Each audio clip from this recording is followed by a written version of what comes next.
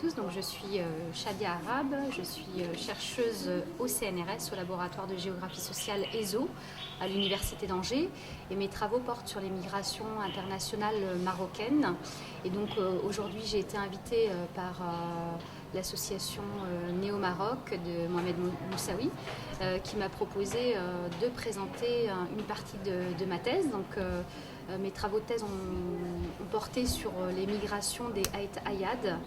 à Beni Ayat, en fait, les habitants de Beni Ayat au Maroc, dans la région du Tadla Zilal, qui sont partis en France, en Espagne et en Italie à partir des années 60, tout particulièrement à Angers, Dijon et Lunel. Donc aujourd'hui, j'ai présenté cette migration qui s'est installée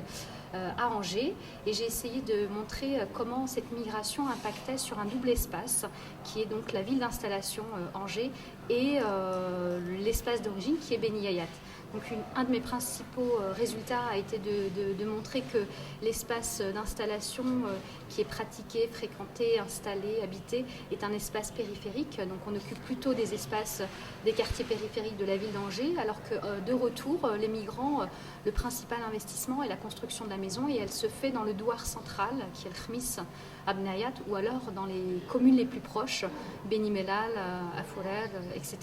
Donc on voit une forme d'investissement et d'impact spatial qui est en dualité entre un espace d'installation où on a une périphérisation de cette migration, alors que dans l'espace d'origine on est plutôt sur une centralité. Et ce que j'ai aussi proposé d'expliciter dans cette intervention, c'est la participation et la différenciation de cette participation citoyenne des migrants de la première génération et des héritiers de l'immigration. Ce que j'appelle les héritiers, c'est ce qu'on appelle de manière plus générale les deuxièmes générations ou les jeunes issus de l'immigration. Et je préfère beaucoup plus le terme d'héritier parce que pour moi, il est moins négatif, moins péjoratif et je l'emprunte à un sociologue qui est Ahmed Boubaker qui du coup montre comment ces jeunes français ou d'autres nationalités d'origine marocaine portent aussi un héritage positif et non comme un fardeau cette migration. Donc ces héritiers de l'immigration impactent aussi dans leur espace d'origine à travers des projets associatifs notamment. Et j'ai essayé d'expliciter dans mon intervention comment une association de la ville d'Angers qui s'appelle Crépuscule a impacté de manière différente. Donc pas forcément sur du matériel, pas sur de la construction de route, pas sur creuser un puits ou apporter de l'argent ou construire une maison, mais plutôt sur un mode d'idée, d'apporter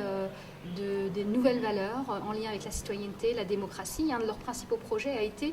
de mettre en place une bibliothèque rurale à Beni Ayat. Et donc pour moi, il était important de montrer aussi cette citoyenneté différenciée qu'il y avait et cette citoyenneté active et transnationale. Donc c'est des notions que j'emprunte à des chercheurs en France qui s'appellent Patrick Gonin ou Thomas Lacroix et sur lesquels moi-même j'essaye de développer mes travaux. Donc mon principal résultat de mon intervention aujourd'hui porte sur ma première partie de thèse qui est donc la construction d'un espace de l'entre-deux, un espace dual, un espace en discontinu et avec des différenciations d'impact entre des premières générations et des générations suivantes qui pensent aussi à leur pays d'origine mais qui le pensent autrement et qui pour moi aussi peut-être une hypothèse importante que j'essaye de développer, c'est que ces migrants et les enfants, les descendants de migrants font là-bas en France pour être reconnus ici ou inversement font aussi ici pour être reconnus en France. Donc on a aussi cette double appropriation spatiale, sociale et identitaire qui fait qu'on peut parler de cette citoyenneté active, de cette double citoyenneté entre leur pays d'origine et leur pays d'installation qui est donc la France.